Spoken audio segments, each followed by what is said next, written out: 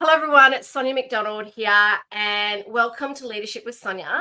And I'm very excited, as you know, talking everything leadership, in particular, talking with outstanding leaders around the globe. And today, I have the honor of speaking with the amazing Mary-Beth Hosking. She is welcome. Thank you. You can see her bio in the comments, and she's got amazing experience. I'll give you a bit of an overview. She is the CEO of Vic ICT for Women. She's also an amazing speaker, author, mentor and she has a company called Quantum Transformation, and she's got a new book coming out, which we're going to talk about today as well, called Not Another Digital Transformation. So we're going to talk about that today as well. And finally, a lot, Mary-Beth. Also an amazing finalist in our 2024 Outstanding Leadership Awards. Yay!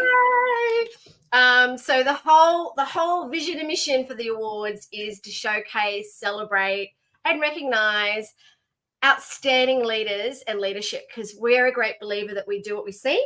And if we see more role models like Mary-Beth, it's only going to inspire our generations of today and tomorrow to go, wow, okay, there are some incredible people out there. I want to follow in their footsteps, or they're a role model for me, and we need that. So, Mary-Beth, how are you feeling being on live with Leadership with Sonia? I'm very excited. I'm just so excited, and the awards, just to be a finalist.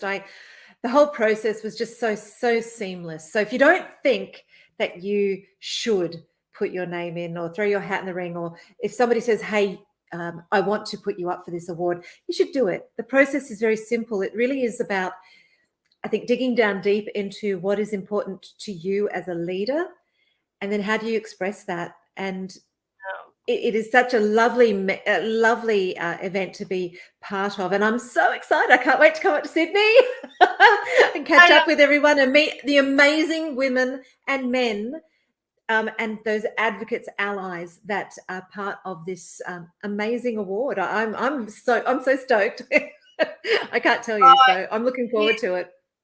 It is like when we were talking before, and I could feel her excitement, is that it is such an amazing platform and event for hope and courage and leadership. So, and I would love to know, like, for leadership, it's, here you are as incredible finalists. Like, what does leadership mean to you? Like, why is it important to you?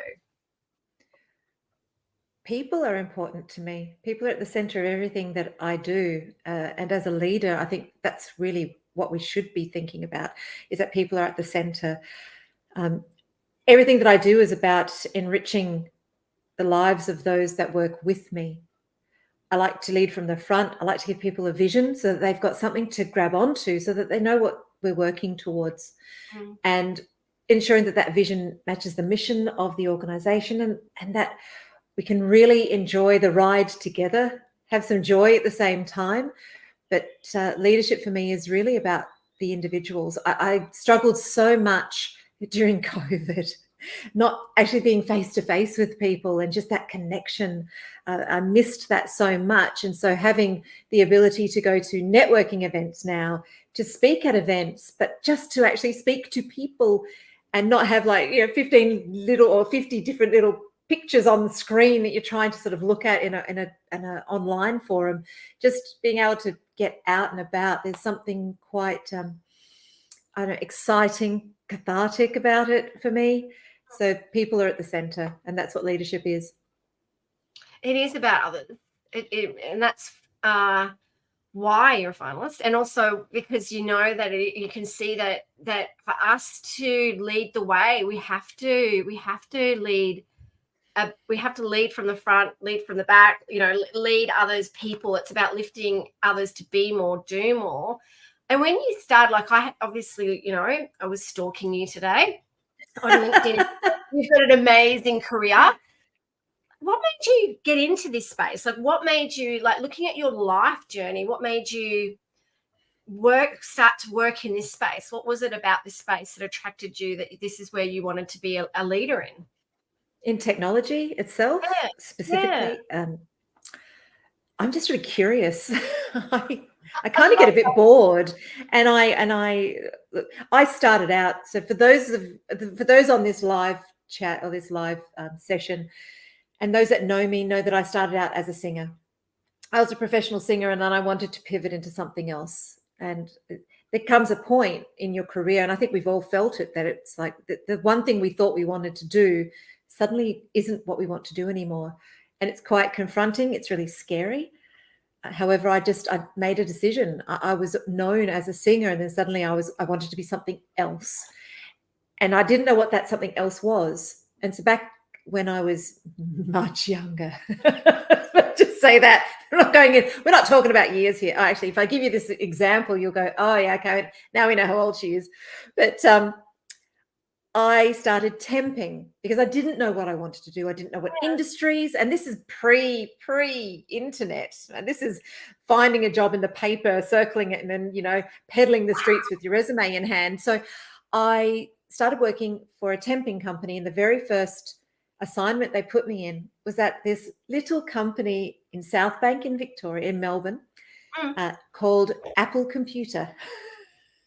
Oh, wow. Yeah, wow. Like now everyone's going like, Apple? Oh my God. However, it was tiny. There was this little office. They had Macintoshes against the wall. This is before you bought PCs. This is where if you had an electronic typewriter, you were, like, wow, you must be earning a lot of money to have an electronic typewriter. But I worked there for 2 weeks, and it was just all new and interesting. I was like, I need to be doing that stuff, whatever that is, and how that is evolving so rapidly. It was my first inroads into using email. I'd never used email before. No one was using email. So this was all so new, and it was exciting, and it's still exciting. Technology is still exciting. Even if you are in infrastructure, it's still exciting. And the new things that are coming out every day makes me just want to be part of that. I'm just interested. So that's why I like technology, STEM in itself, because science, engineering, maths seems to be culminating into technology, and I love that. Wow, I can see how really that temp job really shaped who you are today, like where you started at Apple, and look at where you are today, writing a book. Like your career is so now focused in this space. And if you could go back to your younger self during that time, what advice would you give her? I say this, and it's a byline in my other. I've written a number of books. So in my previous book, it's excellent. I can't sorry. I've done a few things, but don't be afraid to pivot. Be afraid not to. And I say that a lot because complacency, if you let time be the differentiator for you in your career, then you'll never achieve what you want. So don't be afraid of the pivot. Embrace it, plan for it, and then just push forward. Opportunities will arise, and if you're curious enough, grab onto them. Because it's like, a bad haircut lasts 2 weeks, right? And I've cried into my pillow many a time from a bad haircut. However, it's the same with a job. If you take something that's like, yeah, you know what, I don't really like this, and I've done it for 3 or 6 months, then move, change, do something else. But don't be afraid of what's out there, because there's so much out there. There is so much out there, isn't there? I think that, I don't know, and I look back on my life, and I just think there was so many times I was afraid to have the courage to, pivot or to make a different choice or take a different path, because I didn't realize the whole world was out there and what opportunities were out there. So I think that's wonderful, wonderful advice. So that book that you wrote, what was it called about? What was the title of the book around the pivot one? That's When Now Means Now. So that's that moment. That moment? You're just like, no, now is the time. I have to do something. So that's called When Now Means Now. Oh, I love that title. Okay, that could be a movie. Do you think that's a great movie title? Could be. If there's Yeah. if there's anybody watching, that's, a producer, come and talk to me. Happy to have a chat. Yes, I think and it's great advice as well. That's a great title. So, you being a finalist in these leadership awards and leading the technology space, what would you say to others out there around leadership, particularly if I find a lot of people see leadership as a role or title, and it's not, it's an attitude, it's a choice. If they're wanting to really step up and lead, like, what advice would you give them? Here you are, like, you're the CEO of Vic ITC for Women. I mean, you're championing a lot of women, like helping women in this space. I mean, I know you've got your own business, so here you are, an entrepreneur. You're championing for women, championing for technology. What advice would you give to people out there around leadership? Leadership is really hard, and you're always learning. So don't think you're going to go into it and go, well, I've mastered this now. I don't know if you ever master leadership. I've not mastered it. I'm still learning. There are things that I'm learning. And every time I am in a new team, I'm now working with 4 different generations of individuals. So I'm constantly learning, right? So think about it. In my previous role, I had a team of 145 people underneath me, from boomers to Gen X, Gen Y, and millennials. And each of them have something that's different that they want out of the workplace. Some are more purpose-driven, and depending on where somebody is at in their career life cycle, or where they're at in their life, may be looking at, I just want to earn a lot of money right now because I need to get a house. I want to do these sorts of things. So as a leader, I'm constantly learning about individuals and then how a cohort's going to work. And it is incredibly hard to be a leader. So don't go into it thinking that, oh, this is a walk in the park. It is not. But go into it with the right intention, the intention to actively listen and learn from those people around you. I constantly, when I hire for new roles, I'm looking for people that have diversity of thought, that are going to actually really challenge me and challenge my thinking, because I want to grow too. I don't want to stagnate in this particular role. I want to grow and learn. And that's what you'll get if you're a leader, if you are open to that. So be an open-minded leader with a growth mindset, but don't go into it thinking that it's all about a big paycheck and a title. It is not. Park that to the side, because that's not what's important. Think of the individuals in your team. Think of the team itself and bringing cohesion to that team, and then helping them work toward a common goal that's going to support the strategic intent of your organization. That is such wise words. So that's going to lead on to my next question. What's been your greatest learning? What's been a learning for you that you've gone, you might have several, and I'm happy if you've got a couple, share them, but what has been probably the biggest learning in your career? Being humble enough to realize that I was a terrible leader when I first started. Oh, God. Oh, my gosh. I was terrible. Absolutely terrible. And I'm not, you know what? I grew and I learned from that. I was leading a team. They were underperforming. And so I was like, oh my God, they're underperforming. So I would step in and take over the work and do the work for them, because they weren't doing it well enough, that I thought. And so basically all I did was micromanage these people within an inch of their lives. I was burning myself out and I was disempowering them. I was a really young leader and nobody taught me any of this. I didn't have leadership training. I didn't go do my MBA when I was in my early 20s. I didn't do any of that. I came from a performing background. So, hey, you're a lead singer in a band, it is what it is. But I remember coming home and saying to my husband, oh, it can't be me, can it? And he said, I don't know, maybe speak to your boss. And my boss at the time, she was amazing. And she's still a very dear friend of mine to this day. I said to her, it isn't me, is it? She said, oh my God, it's absolutely you. I was like, oh my God, is it? And she said, yeah, absolutely. She said, and she gave me some amazing advice. She said, individuals, people, they come into the office to do a good day's work. If you don't tell them what a good day's work is, and you don't set objectives for them and tell them what to do, then how are they going to achieve that for you? They're never going to be able to do it. She said, you need to set people up for success.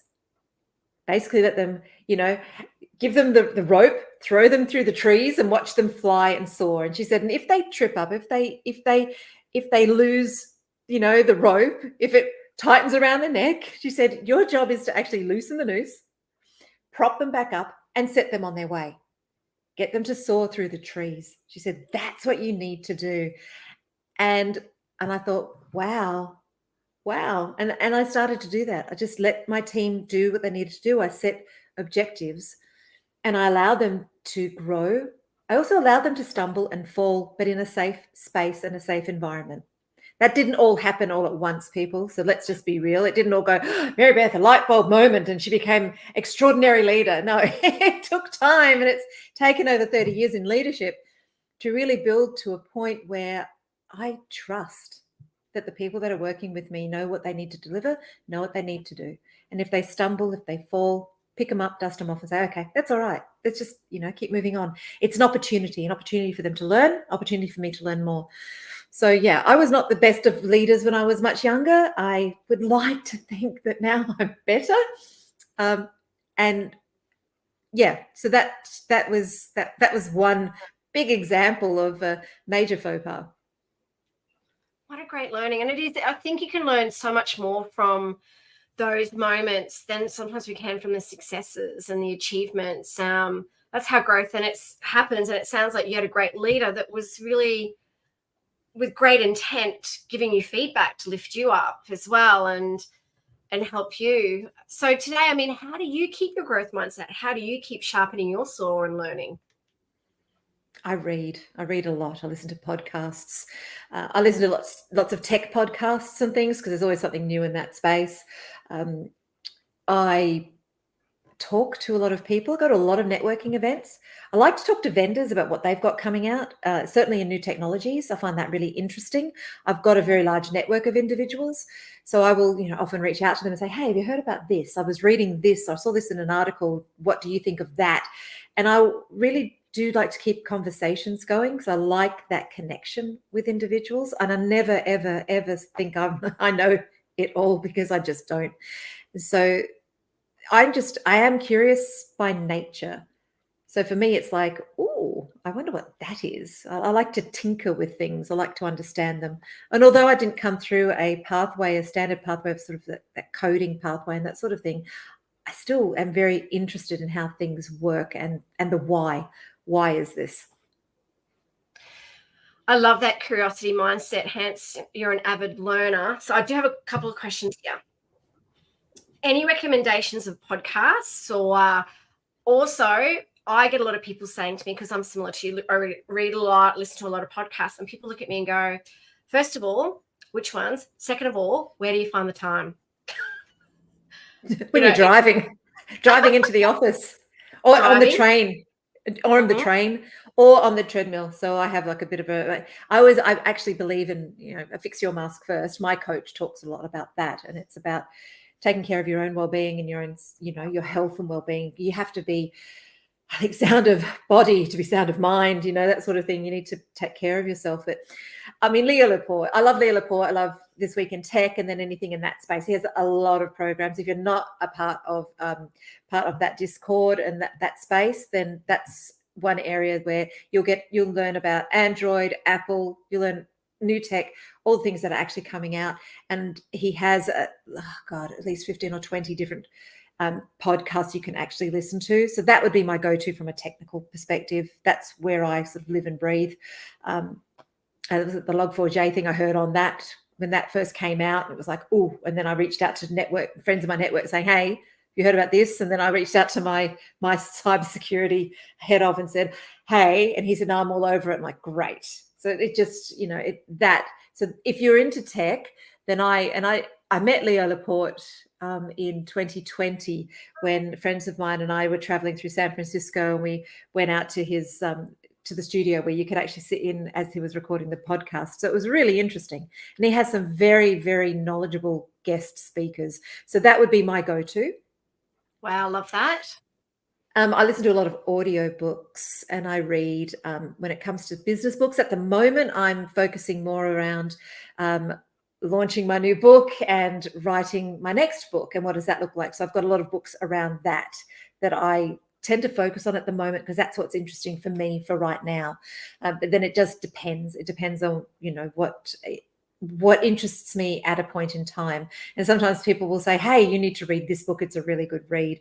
So at the moment, though, for me, I'm reading Launched and Published, because obviously I'm in that space of about to launch a book. Tell me about your beautiful book, which is a great lead-in. That was my next question. This is a great lead-in. So should I do the shameless plug? There we are. Shameless plug. Oh, Don't know if wow. you can see it. Oh, not another digital transformation. Love that. So it's the 10x generation. Love it.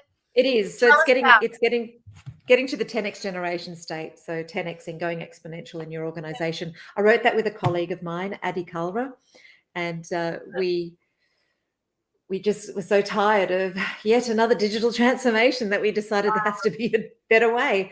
We're not talking about in the book, just to clarify, we're not talking about technology uplifts.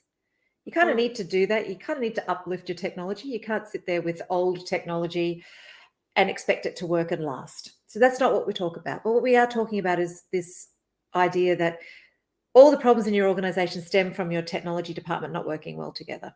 Yeah. And being, the redheaded stepchild across.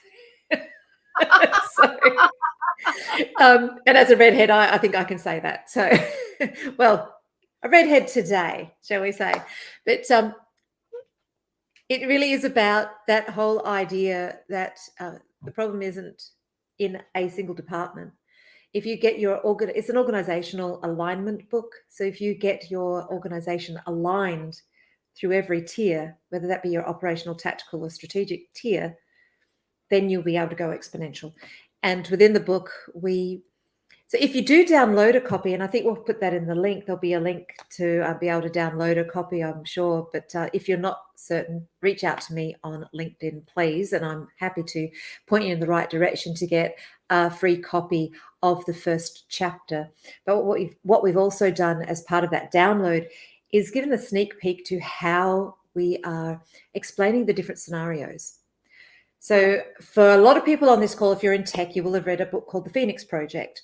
When Ady and I were writing, we would have this standing arrangement where every Monday morning at 8 a.m. we would meet at a cafe near our office, and we would talk all things about the book.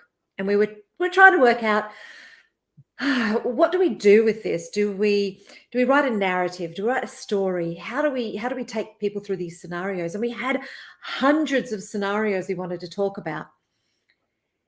And I said, I don't want to write a narrative, because then it's like the Phoenix Project, and they did such an amazing job of that book. I don't want to be seen as, trying to compete with that, because that's not what we want. So we decided to write the book as, I guess, little vignettes. So think of a stage play. We've written 3 acts, and each act has 12 scenes. Each scene is a scene in itself, a scenario of its own. And it talks about a particular problem. And you have the dialogue between the characters of what's actually happening in that. So these are things that we've experienced in over 35 plus years of experience in the IT space together. We've written it as if you were watching a stage play with the characters interacting. And then we sort of take a step out and say, this is the problem they're experiencing. And this, if you want to 10x this, if you want to go become part of the 10x generation state, this is how you'll achieve that. Yeah. And then we've given details about how to put the pillars in place that will actually help you achieve that state. That's pretty much what we've done in the book. That sounds incredible. Okay, and so what's the website they can go to? I mean, I'm definitely going to put it in the comments and in the feed. What's the website for them to get the free, because I know a lot of people are going to be listening as well. What's the website? So www.quantumtransformation1word.com.au/10 10x gen. If you click there, then it will take you through. You can just sign up to the mailing list. We promise, absolutely promise that we will not spam you. We will just give you little details about when the book is launching, etc., when it's available for sale, and you get that free copy of the first chapter. Excellent. All right. I'm not noting this down and I'm going to go and get my free chapter today as well. I'm very excited. So for you, when you think about leadership today, what makes a great leader? Like for you, what does make a great leader? Because I find we work with a number of organizations in the kind of tech digital space, and it seems to be at the moment, which is great to see, a lot of these tech and digital companies are growing, and they're like, oh, we're growing. Oh, we need leaders now. We need people that are technically brilliant to step up into leadership. What do you think makes a great leader today in this space? I think one of the biggest mistakes that organizations make is thinking that we've got a really great tech leader, let's make them a people leader. Yeah. Sometimes just being an expert in your field doesn't mean you have to be a leader. You shouldn't have to lead people, because that may not be your passion. So maybe, you know, when we're thinking about, oh, we should promote this person because they're a great tech leader, what we should be saying is we should promote somebody that has leadership qualities. So are they empathetic? Can they speak with empathy? Do they actively listen? Are they interested in being a leader to start with? Because we know how hard it is to actually do that. So as a leader, if you are be an active listener. That's the most important thing. Don't think about what you're going to say next. Just listen, take on board, and tease out what it is that somebody else is speaking to you about. Speak with every person in your team. I mean, I had a team of 145 people, and I would make I'd made time when I first started, half an hour with each person, just to get to know them, what worked, what didn't work, what their dreams, aspirations were. And then every quarter I would meet 15 minutes with every single person in my team, and individually. And that was their time with me. Just that 15 minutes. Now, they could talk about their home, their kids, their cat, their dog, didn't matter, but it was their time. Yeah. And they knew that they had my ear. For that 15 minutes, they had me 100%. I learned so much about those individuals, what their dreams, their aspirations were, and how to best help them and help them achieve what they wanted in their careers, so that I could ensure that they would stay within the organization. It wasn't enough that they stay within my team, because that's irrelevant to me. Keep your IP in the organization. That's what I'm looking for. I don't want you to go off somewhere else because you're not achieving the career goals that you want or the salary that you want. Let's have an open, honest conversation about what it is that you're looking for and what I can do to help you get there. So leadership, you have to have some qualities about that. And that there's almost a selflessness to leadership. But always remember, affix your mask first, right? But for me, those are some of the leadership qualities that I'd be looking for. And I look at those individuals that work for me, and I help them to understand that this is what it takes. And if you want to do that, then I will help you on that journey, and I will help you achieve that. But if you don't want that, that's absolutely okay as well. I love that. Wow. Yeah, I can see how passionate you are about the space and about leadership. So, and I know that even though you've published this book and it's going to be going live in a couple of weeks. So make sure you download the free chapter. But what's next for you? Like, what's next on the horizon for you? Where is your kind of next few years? What do you want for yourself? I want to do a lot more public speaking, because I absolutely believe that for those women coming through the ranks, you cannot be what you cannot see. And if you are listening to this or watching this and you think, oh, I can't do that, yeah, you can. Yeah. So I want to be doing a lot more of that. I want to continue working with women and helping them understand their power and what it is that they bring to an organization, the value that they add. I want to do some more writing. I actually want to write a novel. I know that sounds like a really weird thing to say, but it scares the pants off of me. I know that sounds. I've written 3 books, but they're business books. I've not actually written a novel, and I kind of want to, but I'm just kind of scared. So that's probably the next thing for me. I like to do those things that challenge me. I'm a scuba diver, so I want to do a lot more scuba diving. I do a lot of things that I want to while I'm fit and able, I want to be out there. I want to be out there making a difference. So what does that look like from a career perspective? I'm making a difference with Vic ICT at the moment, and I'm loving that. But yeah, just being able to interact with as many people as possible, just to help shift the dial on diversity, equity, inclusion, and belonging. That's a big thing for me. Oh, wow, that sounds amazing. Well, I would love to read your novel. Love to know what it will be about. It sounds amazing. No idea, but it's I do writing classes. Believe it or not, I go to creative writing classes because I honestly don't know how to do that. And I'm actually I'm okay to say I don't know how to do that. So I will go and I will learn, and I will sit with a group of people and I will read some of the trash I've written. But I will do that until I've honed that skill, and then I'll write another book, maybe another book off of 10X Generation, do something off in that space. But I think the first book I wrote, I had something to say. The second I had something to say. The third I had something to say. If you want to write a book, have something to say, but don't be afraid of it. I wrote the first book because I thought, how hard could it be? It's really hard.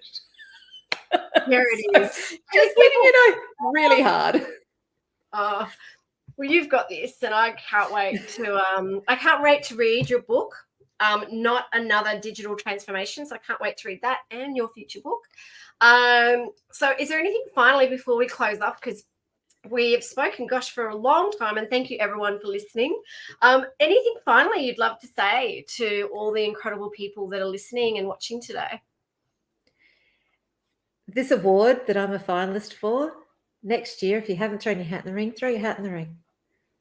Yeah. Because what it will do is it will enable you to actually sit back and work out what it is that you're passionate about. Really does. It helps you. And the questions really are quite probing, and you have to really think about the response. So it's really worthwhile just having a go.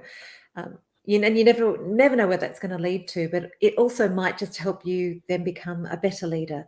Or if you're not a leader, it might make you, spur you on to thinking, yeah, actually, I can do this. Thank you for saying that. That's a lovely thing to say and to close off, because it's these awards, people, I know I get the whole humility thing, but for me it's like you do what you see, like you mentioned before, and have the courage to put yourself out there, because we only have one life, and it's you've got to believe in yourself, you've got to put yourself out there, you've got to be out there making a difference and leading, right? Making an impact. And these awards are a platform to help so many people around that. It's been life-changing. Like, we've been running these awards for a number of years now, and people have reached out to us going, that courage the courage I had to enter, whether I'm a finalist or I do win, doesn't matter to us. We think everyone's a winner. But we and we're all, to me, it's like all of you in the room are great humans. We're a great believer that great leaders make great humans, and great humans make great leaders. So we've been inundated with people that said that awards and that gala event changed my life.